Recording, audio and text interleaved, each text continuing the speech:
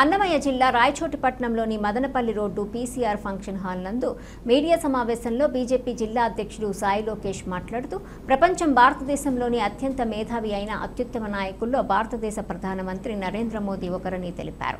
దేశంలో గత 10 ఏళ్లలో భారతదేశం ఎన్నో రకాల సంక్షేమ సంస్కరణల అభివృద్ధి కార్యక్రమాలు చేపట్టిందన్నారు. ప్రపంచంలో వాణిజ్య నిర్ణయాలు, దేశ భద్రత, అంతర్గత విషయాలు ఎంతో ముందు చూపుతో అత్యంత కఠిన నిర్ణయాలు తీసుకుంటున్నారని తెలిపారు.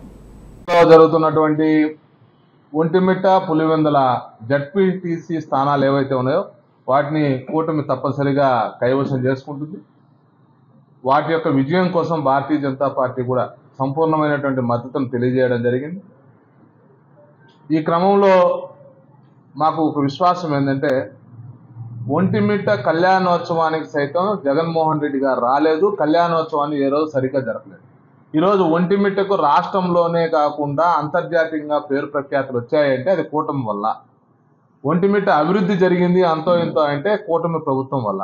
కాబట్టి ఒంటిమిట్ట ప్రజలందరికీ విజ్ఞప్తి చేస్తున్నాం, తప్పనిసరిగా అత్యధిక మెజార్టీతోటి రాజంపేట నియోజకవర్గంలో ఉన్నటువంటి ఒంటిమిట్ట మండలం ప్రజలందరూ కూడా బలమైనటువంటి అభ్యర్థిని పెట్టాం.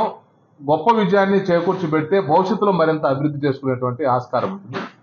పులివెందుల్లో గతంలో అభివృద్ధి జరగలేదు. రాబోయే రోజుల్లో అభివృద్ధి కోసం పులివెందుల నియోజక ప్రజలు ప్రజాస్వామ్యయుతంగా ఓట్లేసి మొట్టమొదటిసారి ప్రజాస్వామ్యయుతంగా ఓట్లు వేసుకునేటువంటి ఆస్కారం వస్తుంది. కాబట్టి మీరందరూ కూడా అక్కడ ఉన్నటువంటి బీటెక్ రవి గారి యొక్క సతీమణిని గెలిపించాల్సినటువంటి అవసరం ఉందని చెప్పి కూడా భారతీయ జనతా పార్టీ కోరుకుంటుంది. Thank you. మీడియా మిత్రులకి నమస్కారం. మన గౌరవ ప్రధానమంత్రి వర్యులు ఈ దేశ పగ్గాలు చేపట్టినప్పటి నుంచి గత 11 సంవత్సరాలు ఏ విధంగా ఈ దేశాన్ని అభివృద్ధి పదంలో నడిపిస్తూ సంక్షేమము మరియు అభివృద్ధికి పెద్దపీట వేయటం వల్ల భారతదేశం 11వ స్థానాన్ని నుంచి 4వ స్థానాన్ని చేరుకోవటం జరిగింది.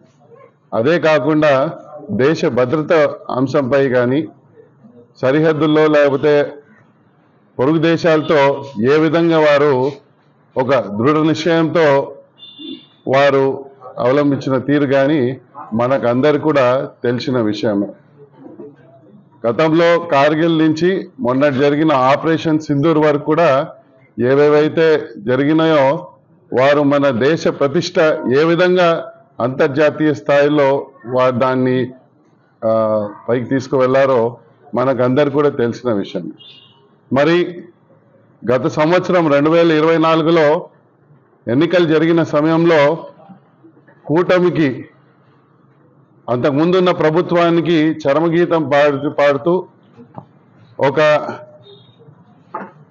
అభివృద్ధితో కూడిన అవినీతి రహిత పాలన, సుపరిపాలన అందించాలి అని ఒక ఆలోచనతో ఈ మన రాష్ట్రంలో కూడా కూటమికి అఖండ మెజారిటీ అన్నది ఈ రాష్ట్ర చరిత్రలోనే కని విని ఎరగని రీతిలో వారు మనకు అందించడం జరిగింది.